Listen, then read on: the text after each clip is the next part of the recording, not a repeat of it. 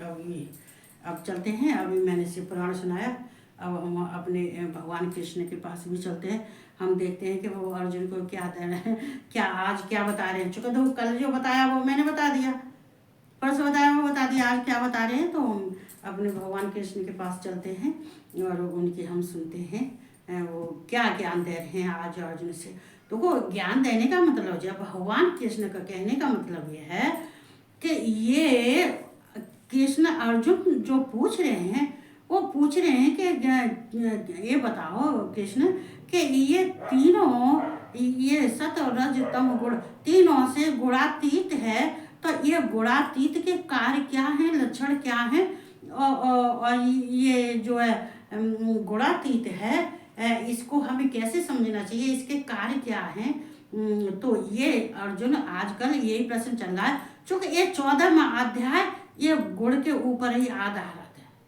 ये कहते ये त्रिगुण, ये त्रिगुण के रूप में ही, नाम से ही ये 14वां अध्याय चल रहा है। तो इसमें बहुत गर्मी बहुत सर्दी है, गर्मी सर्दी गर्मी सर्दी गर्मी सर्दी। तो हम चलते हैं भगवान कृष्ण को पूछते हैं, चूँकि ये मोबाइल खाली करवाना है, या ये इसका जो है व्हाट्सएप जो भर गया है तो इसमें से वीडियो। तो चलते हैं, भगवान का आह्वान करते हैं और माँ राधा रानी का भी करते हैं। ओम कृष्णाय नमः, ओम वासुदेवाय नमः, ओम परमात्मने नमः, ओम राधा वल्लभाय नमः, ओम क्लीं कृष्णाय नमः, ओम क्लीं कृष्णाय नमः, ओम क्लीं कृष्णाय नमः। कृष्ण भगवान राधा रानी को मैं प्रणाम करती हूँ, स्तुति करती हूँ, वंदना करती हूँ, और उनको भाव से और प्यार से मैं उनको बुला रही हूँ, और जो कुछ भी मैं कह रही हूँ और उसको जो है ये मेरी श्रद्धा और भाव समझ के ग्रहण करना, गलती हो उनको जो है सुधार कर लेना। तो यही कहती हूँ, मैं उनको प्रणाम करती हूँ, और संसार के जितने हैं सबको मैं जय श्री कृष्ण और राधे राधे। तो हम चलते हैं अपने 14वें अध्याय पर। तो 14वें अध्याय से देखो, ये इसमें भगवान देखो एक एक शब्द जो सुना रहे हैं भगवान, एक एक क्यों सुना रहे हैं, इसलिए सुना रहे हैं कि जिसका सुनने से भला हो जाता है। चूँकि तुम्हारे समझ के सुनाने के चक्कर में मुझे भी ज्ञान होता जाता है, नहीं तो मैं क्या करती थी, पढ़ती थी, रख देती थी, पढ़ती रख देती थी, रख देती थी, अपने काम में लग जाती थी और भूल जाती थी। अब ये मुझे भी अभ्यास कहते हैं, टीचर पढ़ाता नहीं है, पढ़ता भी है। उदासीनो वदासीनो गुणैरो न विचाल्यते, गुणवर्तन्ते ते यो अनुवस्तुष्टते ने अंगते। तो ने अंगते के मतलब जो है कि इसको जो है हिलाना नहीं, मतलब हिलाना नहीं ते अंगते। तो ये सब उसी के ऊपर पूछा, जो साक्षी के सदृश स्थित हुआ गुणों के द्वारा विचलित नहीं किया जा सकता है, और गुण ही गुणों में बरतते हैं। देखो यहाँ पे मतलब ये है, ऐसा समझता हुआ जो सच्चिदानंद घन परमात्मा में एक ही भाव से स्थित रहता है एवं उस स्थिति से कभी विचलित नहीं होता है। देखो अभी मैं बता रही थी, भगवान कृष्ण अर्जुन से जो अर्जुन पूछ रहे हैं, तो भगवान कृष्ण उत्तर दे रहे हैं उनके प्रश्नों का। तो कह रहे साक्षी के सदस्य स्थित हुआ, मतलब यहाँ पे भगवान कह रहे हैं ये गुणातीत, कहते हैं जो गुणातीत है, तो ये साक्षात कहते हैं, ये साक्षी, ये दस, ये सदस्य, ये गुणातीत के समान होता है, जो तीनों को छोड़ देता है, जो तीनों को कहते हैं जो गुणातीत है, जो जिसके अंदर अभिमान नहीं है, जिसका अंतःकरण शुद्ध है, और ये और इसके अंदर जो प्रकाश है, ज्ञान है, तो ये सब होते हुए भी ये उसके समान स्थित हुआ गुणों के द्वारा विचलित नहीं किया जा सकता। तो ये इसके अंदर ये सारे गुण होते हुए, सारे सत्कर्म गुणातीत के गुण होते हुए, तीनों गुणों को पार कर गया है, वो होते हुए भी वह इसके अंदर गुणों द्वारा विचलित नहीं होता। तो ये फिर ये जो तीनों के जो गुण हैं इनसे विचलित नहीं होता। जैसे मान लीजिए एक अच्छा पुरुष है और उसके अंदर कोई बुरा कर्म प्रवेश कर जाता है, उनके उसके बिना चाहे के बिना चाहने के बाद भी जो इसमें मैंने कहीं नहीं, ये कहते हैं इसको जो छोड़ता है, जो छोड़ता नहीं है, जो कि क्या कहते हैं इनसे विचलित नहीं, लेकिन आ गया, लेकिन ये गुणातीत है, ये तीनों इसने छोड़ दिए, लेकिन ये आ गया, आ जाते हैं, कभी ग्रह नक्षत्र होते हैं उसके द्वारा आ जाते हैं। चूंकि ये गुण तो भ्रमित करते रहते हैं, ये तो संसार में ये सब जितने प्राणी हैं सबके पास जाते हैं आते हैं, लेकिन इसका उसके ऊपर कोई प्रभाव नहीं पड़ता है, चूंकि वो गुणातीत है, इन गुणों से परे है, गुणों उसने छोड़ दिए। ये भगवान कृष्ण का भजन करता है, उनके स्वरूप का ध्यान करता है, चिंतन करता है, कहते हैं ये चिंतन ही तो प्रकाश है, तो विचलित नहीं किया जा सकता, फिर उसको विचलित नहीं किया जा सकता। गुण ही गुणों में वर्तते हैं, ये गुण ही गुणों में वर्तते हैं। देखो ये कहा जाता है गुणा गुणेश वर्तन्ते इतना मृत सज्जते,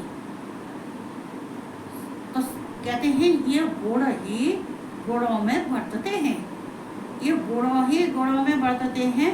तो कहते हैं इन गुणों को फिर इन गुणों का उसके ऊपर कोई असर नहीं पड़ता, चूंकि वो तो इन तीनों से पार हो गया, ऐसा समझता हुआ जो, और अगर वो इस तरह से समझ लेता है कि अब इनका मेरे ऊपर कोई असर नहीं पड़ेगा,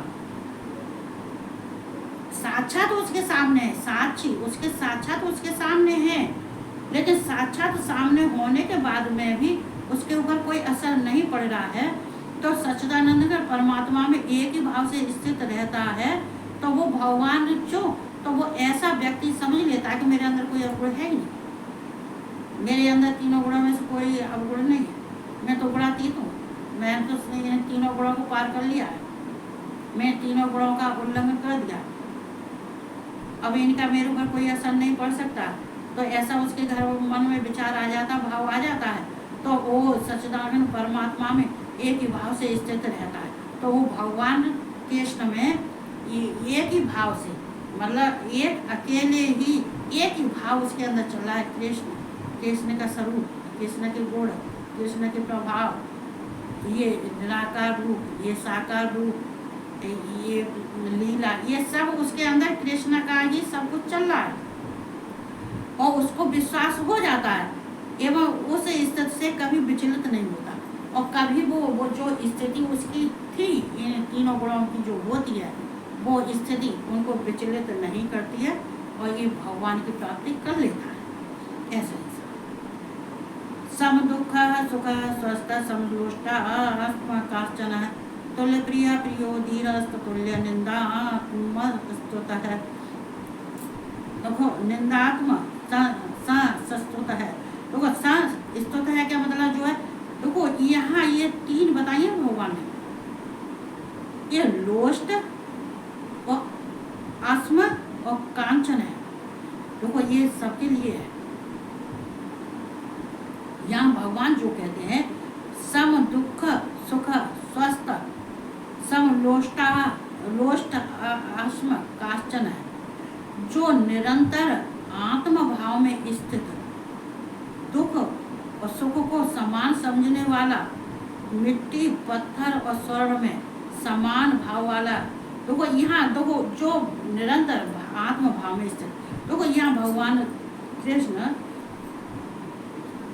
अब यहाँ पे अर्जुन आते हैं, भगवान कृष्ण का ध्यान करते हुए उनके स्तुति वंदना करते हैं और पूछते हैं, जो निरंतर आत्म भाव में स्थित, जो अपने आत्मा में ही अपने भाव से विचार से अपने अंतःकरण में ही स्थित रहता है, बाकी और उसे किसी की चेष्टा नहीं है, न चिंता है, और ना ही किसी के बारे में सोचता है, और ना ही उसके अंदर कोई प्रवृत्ति है, ना निंद्रा है, ना आलस, ये सब कुछ भी नहीं है, अपने अंतर आत्मा में ही खुश है, स्वस्थ है, मतलब जो आत्मा से जो सुखी है उसके अंदर कोई दुख नहीं है, तो वो समझ लेना वो स्वस्थ है। जो बाकी चेतन आत्मा है वो उनके अंदर अंतःकरण शुद्ध है, पवित्र है, केवल ये भगवान का चिंतन मनन चल रहा है, इसलिए वो स्वस्थ है। ये दुख चूंकि उसके अंदर भाव ही ऐसे प्रकट, देखो हर एक किसी को चलनी चाहिए कि अपने अंदर भाव प्रकट करने चाहिए। कौन से अच्छे? अच्छे कौन से? कृष्ण। हमारे अंदर कृष्ण विराजमान है, चाहे दुख हो चाहे सुख हो, चाहे उसके लिए चाहे अच्छा कार्य हो चाहे बुरा कार्य हो, उसके लिए उसमें वो ना उससे ना अच्छे कार्य से सुखी होता है और न बुरे कार्य से दुखी होता है। कहते हैं वो जो आप उसको जो इच्छा होती है कि हमें ये मिल जाए तो हम सुखी हो जाएं, और ये हमें ना मिले क्योंकि ये दुख की चीज़ है, दुख की वस्तु है, तो हमें दुखी नहीं होना पड़े। लेकिन वो ऐसा नहीं सोचता है, चाहे उसके सामने अच्छी वस्तु है चाहे खराब वस्तु है, चाहे उसको किसी चीज़ से शांति मिल रही है या नहीं मिल रही है, चाहे उसको दुख मिल रहा है चाहे सुख मिल रहा है, तो जैसी स्थिति में है वो स्वस्थ है, सुखी है, समान है। दुख सम, दुख सुख स्वस्थ है। जो दुख सुख में समान है तो स्वस्थ तो अपने आप ही होगा। समलोष्ट आत्मा कांचन है। देखो ये समलोष्ट ये क्या है? ये मिट्टी है, जिस मिट्टी से हम गाँवों में जो लिपते हैं, जो लेप करते हैं, लीपते हैं, लेप भी कहते हैं, लीपते हैं, हम तो गाँव के तो वही कहेंगे, ये लीपते हैं या लेप करते हैं। उसके बाद में जो पिंड बचता है, कहते हैं लीपने के बाद में जो बच जाता है तो उसको समेट के रख देते हैं, वो उसको कहते हैं पिंड, मिट्टी। और ये पत्थर क्या होता है? ये कहते हैं ये पत्थर, इसको लोहा भी कहते हैं, इसको पत्थर भी कहते हैं। कहते हैं ये पत्थर और ये स्वर्ण में जो पत्थर है, जो स्वर्ण है, चाहे पत्थर वो हीरा है, चाहे वो पत्थर मोती है, चाहे पत्थर वो कुछ भी है, लेकिन पत्थर या स्वर्ण में ये समान भाव रहता है। चाहे वो पिंड मिट्टी का हो, चाहे पत्थर हो, चाहे सोना हो, चाहे अच्छी वस्तु हो चाहे खराब हो, मतलब जो कहते हैं वो जो मिट्टी का पिंड बच जाता है लेप करने के बाद में, उसके लिए भी वो कभी मतलब दुखी नहीं होता। उसके लिए ये सब बराबर है, चाहे मिट्टी हो चाहे पत्थर हो और चाहे सोना हो, वो समान भाव से देखता है, वो इसमें कोई भेदभाव नहीं समझता। चूंकि देखो जब इंसान इन सबसे पर पीछे हट जाता, जैसे मान लीजिए हमें हमारे जीवन में कितने दुख आए सुख आए, चलो जैसा कुछ है वैसा, लेकिन अब हमारे सामने अगर कोई दुख भी आए तो भी हम कुछ सोचो ये भगवान ने दिए हैं, ये होना था। अगर किसी ने जो कुछ भी कहा है वो उसको कहना था, तो हम भगवान कृष्ण भी कहते हैं इस बात को, शिव भी कहते हैं कि कहते हैं बुरे व्यक्ति, जो बुरा व्यक्ति कोई हो, कोई स्त्री हो चाहे पुरुष हो चाहे बच्चा हो चाहे कोई हो, कोई बुरा विचार है, कुछ बुरी प्रवृत्तियां हैं, बुरी वृत्तियां हैं, और अगर तो ध्यान नहीं देना चाहिए। क्यों नहीं देना चाहिए? कि तुम सक्षम हो, तुम बुद्धिमान हो, तुम भगवान में आस्था रखने वाले हो, तुम्हारे लिए ये बात क्या कोई क्या कह रहा है क्या नहीं कह रहा, इस पर ध्यान देने की, जो अगर इस पर ध्यान देते हो तो ये तुम्हारा करा धरा सब बेकार है। इसलिए क्या कोई कर रहा है क्या कोई कह रहा है, उसका मन उसका शरीर, हम अपने आत्माओं से हम क्या करते हैं, क्योंकि हमारे अंदर तुम ये जो मट्टी लीपने के बाद में अगर तुम पिंड बच जाता उसे डाल दोगे तो हम तो सुखी हैं, अगर हमें पत्थर दे दोगे तो हम तो हमारे लिए एक समान है, और अगर सोना दे दोगे तो न सोने से हम खुश, न मिट्टी से हम दुख, न पत्थर से हम दुख। जो वस्तु है हम सब में, जैसी वस्तु हमारे सामने है हम खुश हैं। जो खुश है कि आप भगवान को जिसको प्राप्ति हो गई, जिसने भगवान ने जिसका हाथ पकड़ लिया, उसको फिर संसार में किस चीज़ आवश्यकता है, फिर कोई आवश्यकता नहीं रहती। हमारी इच्छाएं मर जाती हैं, हमारी आवश्यकताएं खत्म हो जाती हैं। जब इच्छाएं मर जाती हैं, आवश्यकता खत्म हो जाती है, जब हमें किसी में आसक्ति नहीं रहती है, मोह ममता हम किसी में नहीं रहता है, तो ऐसे समझ लेना, तो ऐसा इंसान वो भगवान को प्राप्त हो गया। इसके लिए तो हमें बहुत कुछ करना पड़ता है, आगे बढ़ना पड़ता है।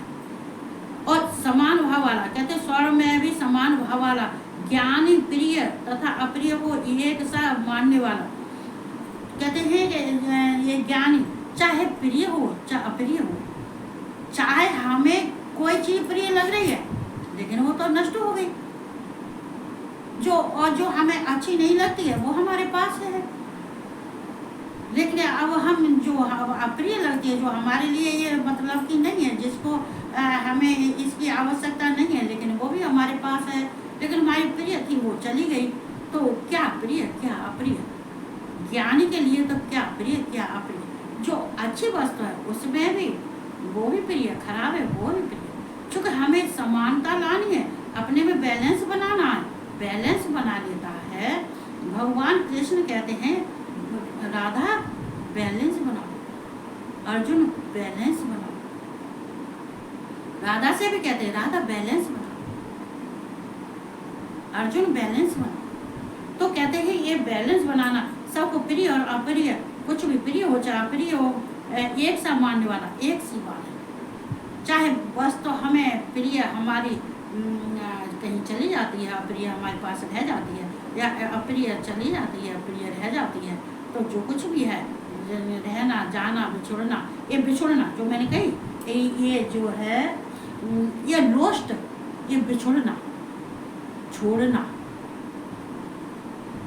या फिर हिलाना नहीं, छोड़ना नहीं। तो ये जब कहते हैं कि ये सब जब होता है तो हमें कहते हैं समान भाव रखना चाहिए, किसी में प्रिय अप्रिय और नहीं रहना चाहिए, और अपनी निंदा स्तुति में भी समान भाव होना चाहिए। अगर समान, ये भगवान कृष्ण कहते हैं ये अर्जुन, निंदा और स्तुति में भी समान भाव रहना चाहिए। अगर हमारी कोई निंदा करता है तो हम पे क्या असर है, हम खुश हैं, क्योंकि इंसान निंदा वो ही करता है जो नीचे गिरा हुआ है। दूसरों की निंदा कौन करता है, जो वो खुद नीचे गिर गया है, जो वो अपने आत्माओं से भ्रष्ट हो गया है, केवल सिर्फ निंदा ही करता है। और अगर निंदा करता है और हमारी निंदा हो रही है तो हमें मालूम है कि ये निंदा ये करने का काम जिसका है वो काम कर रहा है, इससे हमें क्यों इसके ऊपर ध्यान देना चाहिए। जो कर रहा है वो करने दो, इससे हमें कोई दुख वाली बात नहीं है, हम उसमें भी खुश हैं।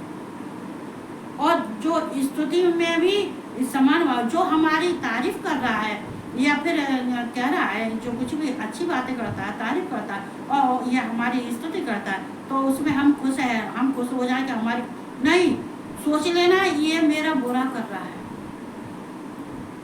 अगर कोई हमारी स्तुति वंदना करता है, तारीफ करता है, तो सोचे ये हमारा बुरा कर रहा है। इसलिए निंदा और स्तुति में अपने जो समान भाव से रहना चाहिए, ना ही किसी में ज़्यादा खुश होना चाहिए, ना ही किसी में दुख रहना चाहिए। क्योंकि ये सब क्या है, ये सारे जो है ये जो त्रिगुणमयी माया है, इसी से सब उत्पन्न हुए हैं। और कहते हैं जो अंतःकरण की इंद्रियां हैं, मन है, बुद्धि है, अहंकार है, ये विषयों में बेचैना ही कहते हैं इनका मनुष्य का गिरना, पतन होना और गुणों को गुणों में ही बरतना। ये सब तभी होता है जब उसके अंदर की समानता खत्म हो जाती है, उसका बैलेंस खत्म हो जाता है। क्या हमारे संग में कोई अच्छा कर रहा है, क्या कोई बुरा कर रहा है, हमें कोई फर्क नहीं पड़ता। फर्क क्यों नहीं पड़ता, क्योंकि भगवान ने हमारा हाथ थाम लिया है, संसार वालों की जरूरत नहीं है। और ये पिछले जन्म को ये ओम शांति वाली जो दीदी कह रही थी वो सही कह रही थी। इस बात को मैं भी कहती हूँ, जब कथा सुनाती हूँ तब कहती हूँ कि ये सब पिछले जन्मों के कार्य में इकट्ठे होते हैं। चाहे कोई हो, स्त्री हो चाहे आदमी हो, चाहे बच्चे हो चाहे कोई हो, चाहे पड़ोसी हो चाहे रिश्तेदार हो, ये पिछले जन्म के, अगर कोई तुम्हें कष्ट दे रहा है सोच लेना ये पिछले जन्म का कार्मिक है, पक्का। ये सबूत, ये निशानी, जो कष्ट, अगर कोई किसी को कष्ट देता है तुरंत समझ जाओ, तुरंत अलग हो जाओ, ये कार्मिक है, ये पिछले जन्म का, ये अपना हिसाब किताब करने आया है। तुरंत अलग हो जाओ फटाफट, बिना देरी करे। तो कहते हैं जो भगवान ज्ञान देते हैं उनके ज्ञान पे हमें ध्यान करना चाहिए।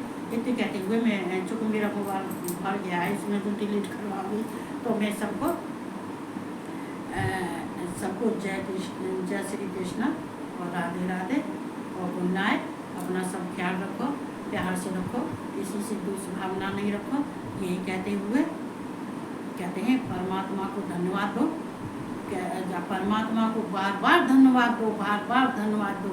हे भगवान, तुमने हमारे अंदर, हे कृष्ण, तुमने हमें इतना ज्ञान दिया, ऐसा ज्ञान दिया कि हमने अपना जीवन ही बैलेंस कर लिया। अब अगर हमारी मृत्यु भी हो जाती है हमको कोई दुख नहीं है, कोई दुख नहीं है। हंसी हंसी से चले जाएंगे, क्यों? हम अपना कार्य कर चुके, जो हम कार्य, हमें इतना तो हम कर चुके कि हम यम के फंदे में बंध के नहीं जाएंगे, चाहे हमें कृष्ण ले जाए, चाहे हम इससे भी ले जाए, ये हमारी, चाहे हमारा गुरु ले जाए, ये हमें विश्वास है। विश्वास के साथ हम अपने जीवन को आगे बढ़ा रहे हैं और जी रहे हैं। इसी में बैलेंस बना के रहने का काम, ये ही बैलेंस है। इसी को ही समानता कहते हैं, इसी को बैलेंस कहते हैं। तो सबको